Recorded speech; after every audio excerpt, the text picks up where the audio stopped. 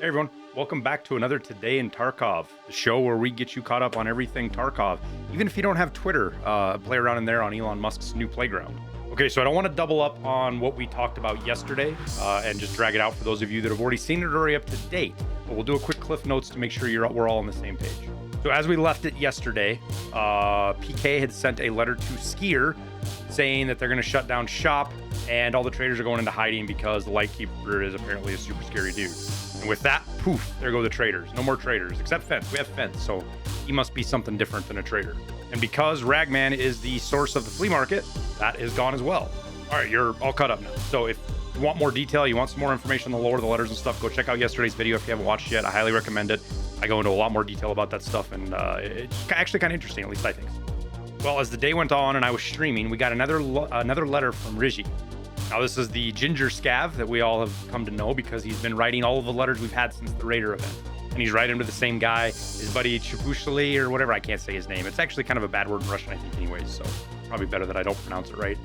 Now, there are a couple of translations on this. Bake Easy always does one on Twitter. Fucking great. Show him support. The guy's a wonderful gem for the community. We also have guys in the Discord to do it. And I kind of lean on them more because I can ask them questions and really pick at some of the words and stuff. So here it goes. CH, you won't believe it. I got contracted to carry bags of money. Stacks of full money bags, I swear. Every bag in there is full to the brim. I don't know how much bags I carried per night. I never seen that much in my life. I would just tell you to call Worm and let's at least take one bag for ourselves. But those guys are giving hella weird orders. Damn, they worry a lot. Like they're saying they will flay your skin if you lose even one bill, and they do it with only a stare. But I would not be me if I didn't steal a pack. When I was carrying those bags all over Tarkov, I saw a lot. People are carrying money out of scav cases, just carrying and not asking anything in return. I saw some guys that did quests for the vagrants. Now they are carrying all the bags as we are storing different kinds of valuables in cultist circles. Cultists are connected to this somehow as well, and some kind of PMC gave me some money on the road. I only didn't quite understand, should I bring it to the point or not? Like, am I only bringing the things I took out of the case or what? What do you think? I don't want to ask those weirdos. P.S. Try finding out whom this much money is carried. I'm dying out of curiosity, but no one is saying anything. Maybe it's connected to the closing of the traders somehow? I heard they just got in debt. Now, again, I looked at several translations of this from multiple people to kind of put the story together. So there's going to be some gaps I'm going to be able to fill, not directly out of that quote, just from other people's translations. Okay, so this letter ties in the issues we're seeing with the Scav case, which is something else that's going on right now. In your Scav case, not only did we see the moonshine and intel go away, the values changed. You see anything from 25,000 rubles all the way up to 10 million rubles. And it only takes 3 seconds. But if you run one, poof, your money's gone. It just disappears. And you get a little message saying the scavs took your cash. Now, along with this, Nikita tweeted out a picture of what is the ARRS communication system. The two users here are SPRV006 and default user, which we don't know who those are, yet to be determined. But SPRV asks for a sit rep. Default user tells him NWM that. I'm not sure what that means. I haven't quite been able to flesh that one out yet. It says lookin/cash. Seems like the LK extorting money from them. From everybody, actually. Knowing him, he can do that. He will get what he wants and it will de-escalate for sure. So this just provides more proof that it's the LightKeeper or the new Lighthouse trader that is the problem, the center of all of our problems right now. So apparently he's just extorting money from everybody, and once he's met his goal, he will let everybody come back to normal. But here's me filling in some of the pieces here. Based on Rizzy's letter, all of this cash that scavs are scooping up is going to the LightKeeper, but I also think it's going to the rogue bosses. That's what he says when he talks about the scary guys that are giving orders that they look like they would just flay you with a look. At first I was thinking cultists, but as you read the letter more, he specifically talks about the cultists. He even mentions the sectants in a couple of the translations, though I don't know how much leeway the guys were doing in that. So he mentions cultists later and mark circles and all that stuff, but he mentions these guys in a separate tone. So I think that these are the rogue bosses, which are working with the LightKeeper, and they're getting their own little cut of the money.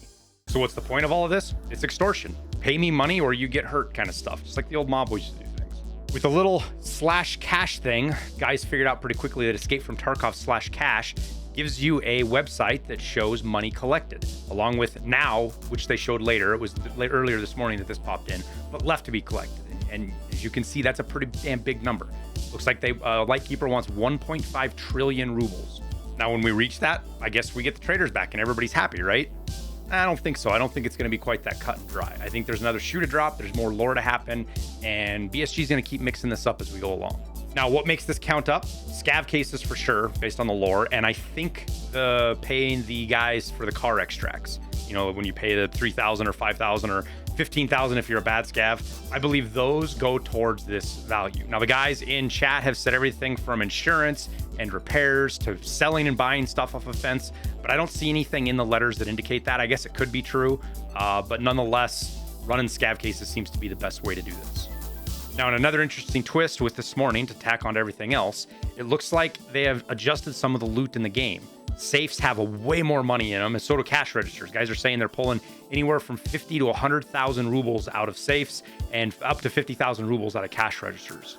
So this is a fantastic way to get a bunch of money really quickly, especially like on interchange if you have the keys to all the cash registers, customs with the safes and cash registers, things like that. There's lots of places to get some money. Now, I think we're going to get more events. BSG usually keeps pace with whatever they're doing. Like if they're doing one event a week, they usually do one event a week. But we're having an event every day. So I expect us to have an event every day, at least through Saturday. It might be all the way through Sunday. We'll see how fast players can get us to our 1.5 trillion, but we'll just kind of have to wait and see. And I'll keep you updated as more stuff comes in. So I'm off to run some raids. We'll do some streaming. I'm going to make as much money as I can. And I've got 12 million rubles or something. So I'm going to go give 10 million to the scav case. So that's going to be fun. So I'm off to go do my part, make some money, give it to Fence, pay off the LightKeeper, get our traders back, and hopefully everybody can stop bitching at each other on social media here after a couple of days when everything kind of goes back to normal. As always, I wish you the best of luck in your raids, especially now, and we'll see you in Tarkov.